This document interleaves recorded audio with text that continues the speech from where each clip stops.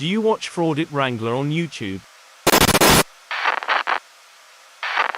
Did you know Fraudulent Wrangler is not only a 5-time felon, but he also lied about his military service?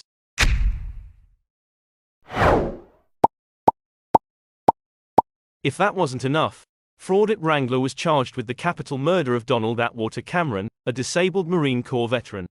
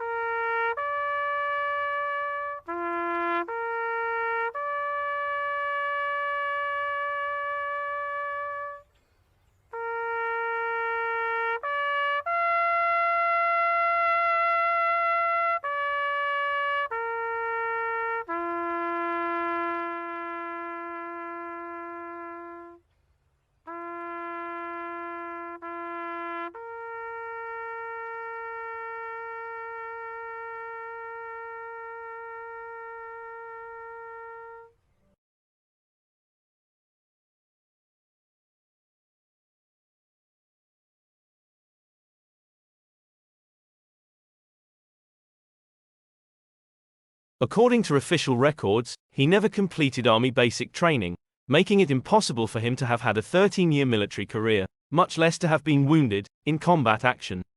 Oh, and about those murder charges, Michael William Kaiser, also known as Fraudulent Wrangler, was never found innocent of taking the precious life of Donald. It was a simple clerical error that forced the charges against Fraudulent Wrangler to be dismissed. He remains the only suspect in the case, as of today.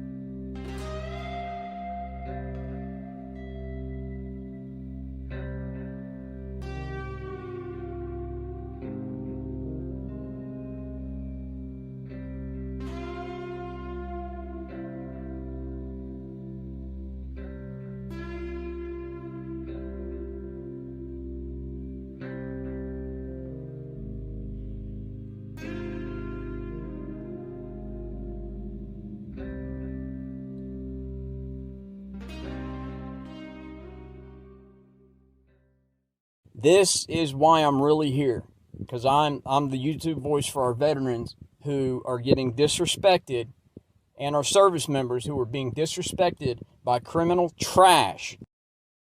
You would know that if you ever served anybody else besides yourself, you freaking criminal. You know, hey, what do I know? I'm only a disabled veteran. I've only served my country. You expect the country to serve you. I was suspected, investigated, indicted, arrested, and charges were dismissed. The only other thing that I didn't do that was brought out was the stolen valor.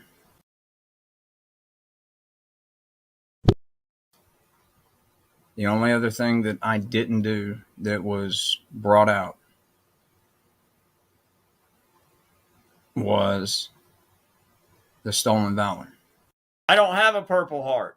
I didn't retire. I was medically boarded out after enough to earn myself 2 Purple Hearts and 3 tours. So I don't have a Purple Heart. Because he's a patriot. He is one of my brothers. Soldiers, sailors, Marines, airmen, and Coast Guard airmen and seamen, we all took an oath, all right? We are here to protect democracy. We're not here to practice it.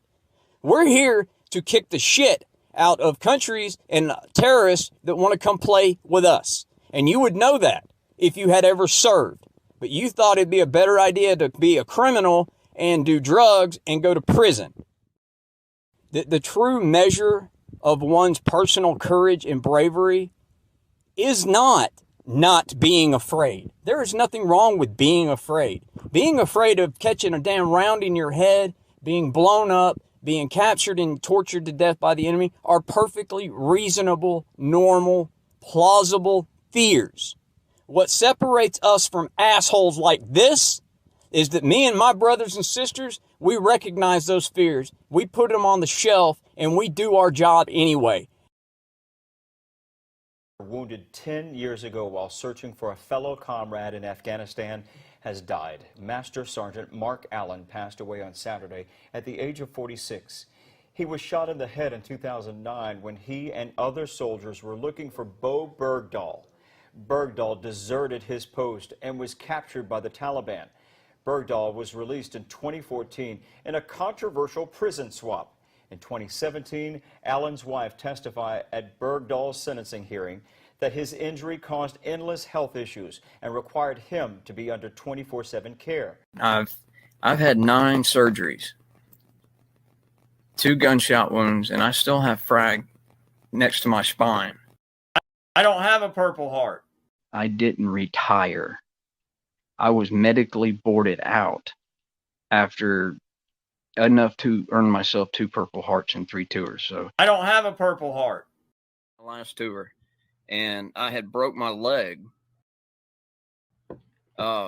We took an RPG round to the grill, and that took us from doing about 70 miles an hour to nothing in less than a second.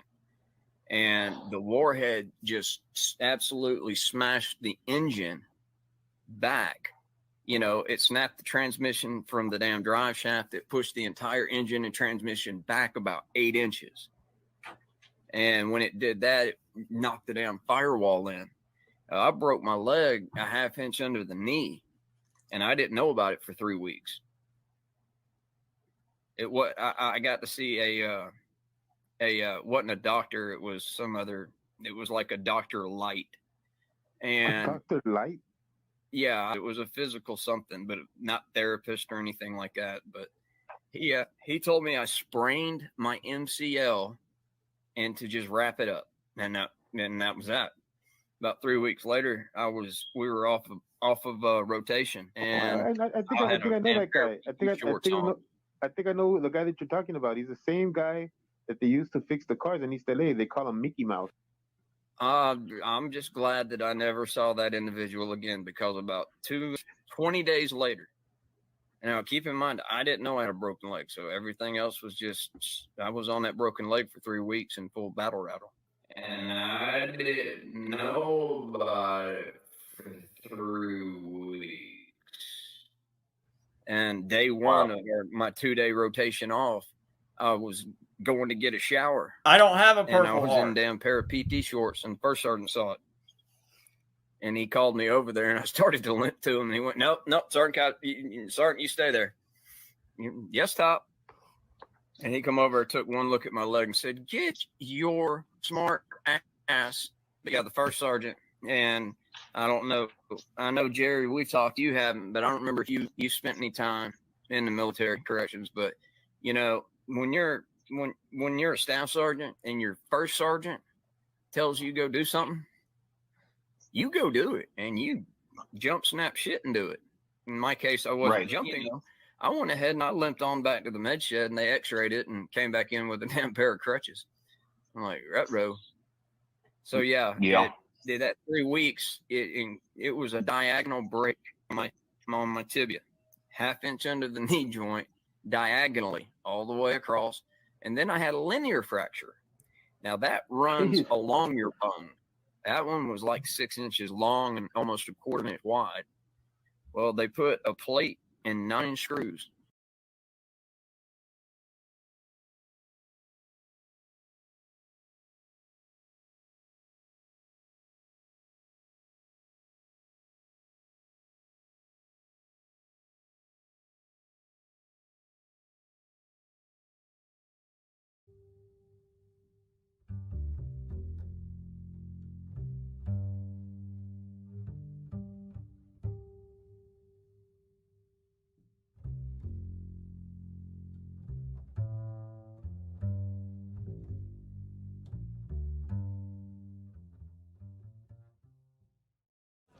Today, we are commemorating Gold Star Mothers and Family Day.